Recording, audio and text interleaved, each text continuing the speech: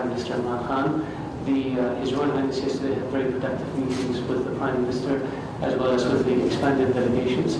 The two countries have signed a number of MOUs and agreements, three of which involve investments worth in excess of $20 billion. One is for a refinery in Qatar, the Port of Ireland, and one is renewable energy. Another one involves petrochemicals, and this is just the beginning. We are looking for ways to enhance the contact between the business communities in our two countries. We're looking for ways to institutionalize the relationship between our two great nations across the board of all government departments by establishing the Supreme Coordinating Council between the two countries, which will involve almost every facet of our governments, whether it's security, whether it's political consultations, whether it's trade and investment, whether it's culture, whether it's all across the board, so that we have a mechanism to continue to work and develop this very important relationship. Our countries face many challenges, and our countries are able to overcome those challenges by closely coordinating and cooperating and working with each other. We work very closely with the Organization of Islamic Countries. We work very closely in terms of multilateral institutions, and we look forward to enhancing that cooperation and following it. And I want to thank you, Excellency, for the gracious hospitality, as well as for your friendship and cooperation with myself, and I look forward to many, many years of fruitful conversations and discussions. Thank you. Sure. Please, questions? Yes. Due to paucity of time, we will be taking only two questions. I would request Mr. Saud Rais to address his question to the Foreign Minister. Iran accused you of supporting the Saharan farmers. What could you comment, please? And also for the Minister, Iran said so that you are involved in this. I personally? Yeah, I think that's right. Okay. I had a word with the Iranian Foreign Minister yesterday, and I assured him that Pakistan was very upset at the tragic incident that took place. As a policy, we've never condoned such activity. We have rejected and we have always condemned such activity. Iran is our neighbor. We would not want to cause any problem for them.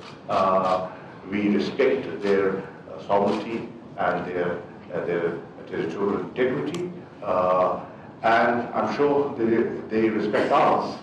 So if there are issues, we can discuss them. If they have evidence, they can share it with us, and we'll be helpful. We have been dealing with these situations in the past. We have cooperated with each other to overcome these difficulties, and we will do so in the future as well. I think it's very strange coming from the Foreign Minister of the world's chief sponsor of terrorism to accuse others of engaging in terrorist activities in Iran. Very, very strange. Iran has been, since the Iranian Revolution of 1979, the chief sponsor of terrorism. Iran established terrorist groups such as Hezbollah in Lebanon and the Houthis in Yemen. Iran has been implicated in terrorist attacks in South America, in Europe, in Saudi Arabia, in other places. Iran has been implicated in smuggling weapons and explosives to terrorist groups. Iran has been implicated in interfering in the affairs of other countries and in providing weapons and training and safe passage for terrorist groups. Iran has been harboring virtually the board of directors of Al-Qaeda, including Osama bin Laden's son, since the events of 9/11. Iran has been facilitating the transport of terrorists across its territory. And so the last country in the world to accuse others of supporting terrorism is Iran.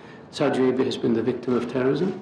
We have been vigilant and we have been unmerciful in going after the terrorists and those who support them and condone them and finance them. We will continue to do so. We wish to eliminate the scourge of terrorism from the face of this planet, and we hope that every country in the world will do its utmost to do so. I believe that the Iranians are going through difficult problems. The Iranian regime is facing pressure from its own public, and so the Iranian regime is trying to deflect by trying to blame outsiders for the problems of it.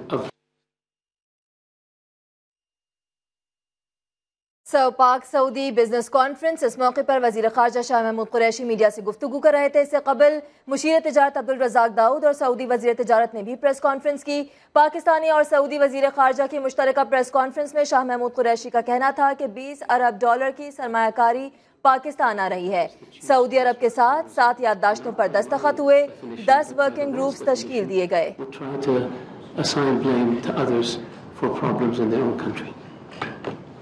Mr. Nadeem Siddiqui, Dormouse.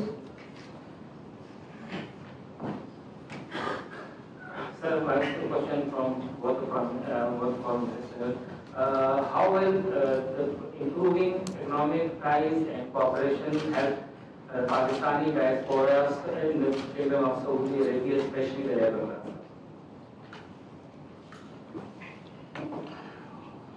Obviously, it will help the Pakistani diaspora, as I've mentioned.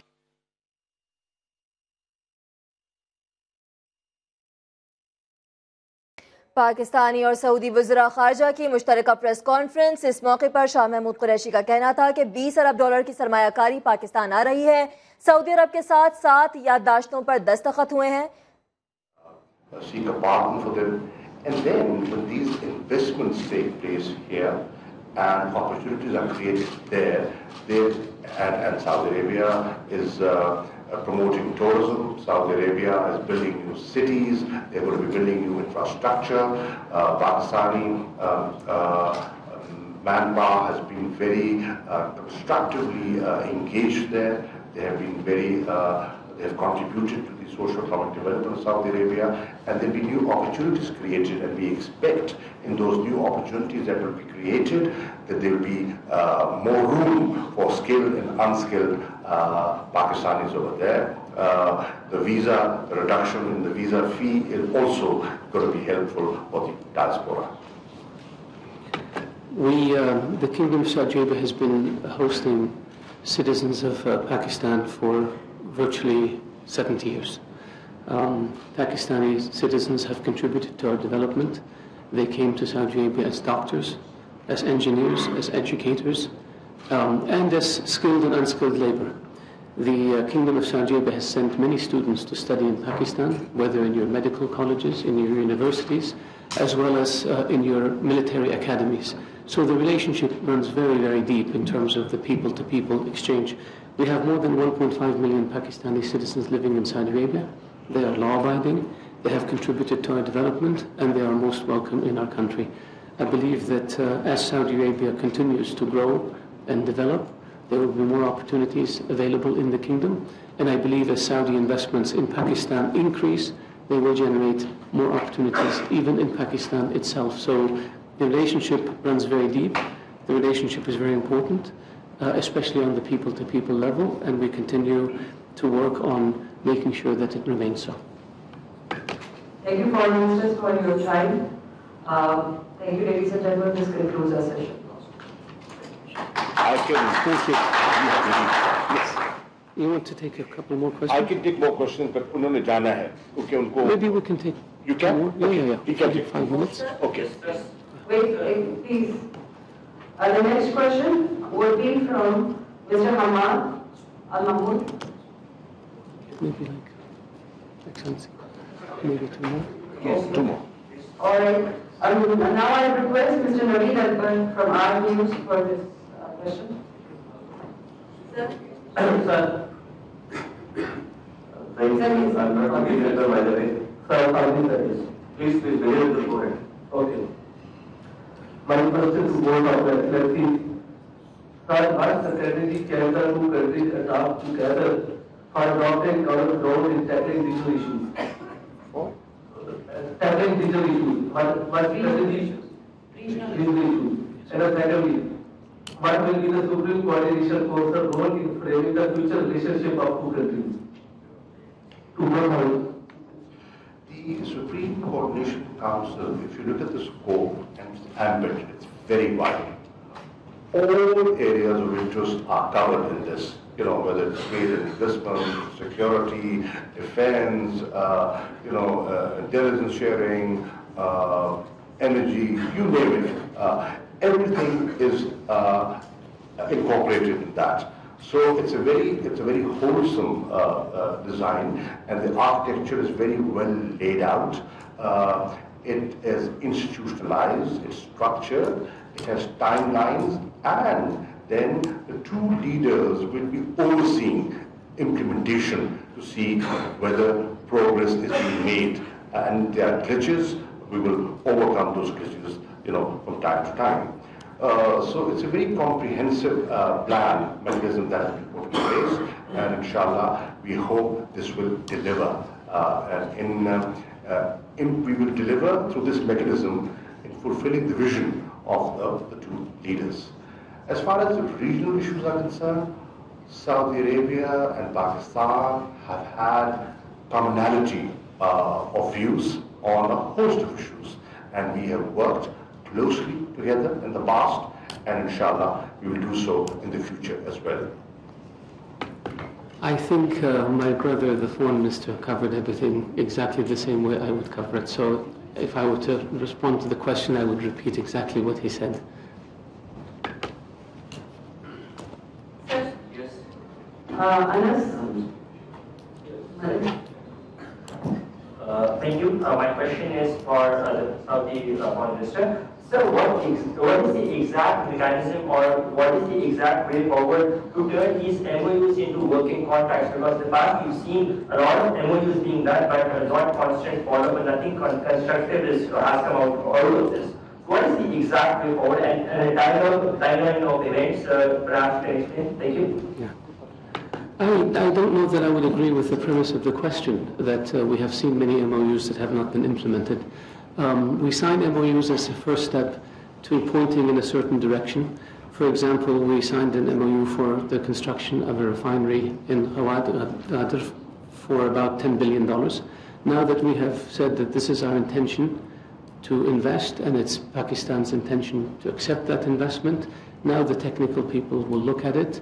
The finance people will look at it, the plans will be drawn up, and then you take it to the next level. So that's our intention. The same with renewable energy, the same with petrochemicals.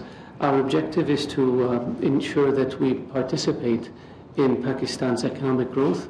We believe very strongly that the government of Prime Minister Imran Khan is determined to take Pakistan to a higher level. We believe that there is great potential in Pakistan for investments, and we want to be part of Pakistan's growth. So this is not charity, this is an investment. There's a benefit for both sides. And if we didn't believe in Pakistan, we wouldn't be looking at investments like this. So that's how we intend to move forward. With regards to other areas, for example, the security cooperation is ongoing. We have very, very close ties in terms of counterterrorism and so forth. The military-to-military relationship is very strong. The people-to-people relationship is very strong. The cultural relationship is very strong. The idea of establishing this coordinating council is to make sure that we don't sit on our laurels, that we make sure that we have a roadmap, and that we make sure that we take an already very, very strong relationship and make it even stronger. It gives us a roadmap, and it gives us targets that we achieve and that we aspire towards. And in the process, it enhances the already strong historic relationship between our two countries. See, the idea of these joint groups is to convert these proposals into specific projects, and obviously experts and technocrats will be part of these groups.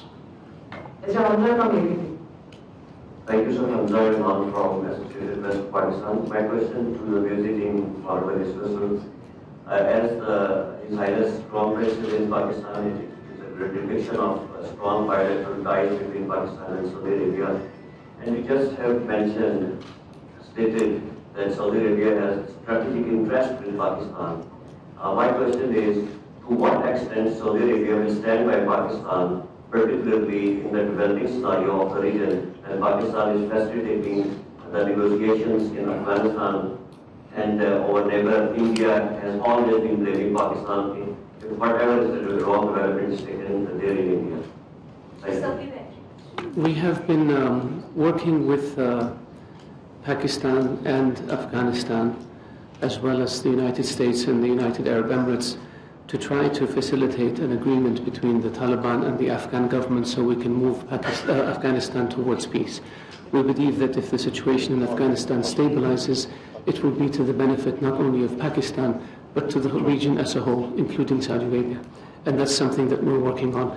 With regards to the disputes between India and Pakistan, our objective is to try to de-escalate tensions between the two countries, neighboring countries, and to see if there is a path forward to resolving those differences peacefully. Thank you very much, ladies and gentlemen. This concludes our press briefing for today. Thank you. Thank you. Thank you. Shah Mahmood Qureshi और Saudi वजीर खारजा आदिल जबीर की मुश्तरका press conference. इस मौके पर शाह महमूद कुरैशी का कहना था कि 10 वर्किंग ग्रुप्स तश्कील दिए हैं। सेनेट की कमिटीज हर 6 माह बाद मिलेंगी। MOUs को अमली जामा पहनाना चाहते हैं। जबकि अगर सऊदी वजीर खारजा की बात की जाए तो उनका कहना था कि पाकिस्तान से ताल्लुकात को निहायत अहमियत देते हैं, मुख्तलिफ शोबों में ताउन और सरमायाकारी कर रहे हैं, दुनिया से दहशतगर्दी का खात्मा करना चाहते हैं और ऐसे में दहशतगर्दी एक मुश्तरका आलमी चैलेंज है। अमरीका और सऊदी अरब और पाकिस्तान दहशतगर्दी के खिलाफ कार्रवाई कर रहे हैं।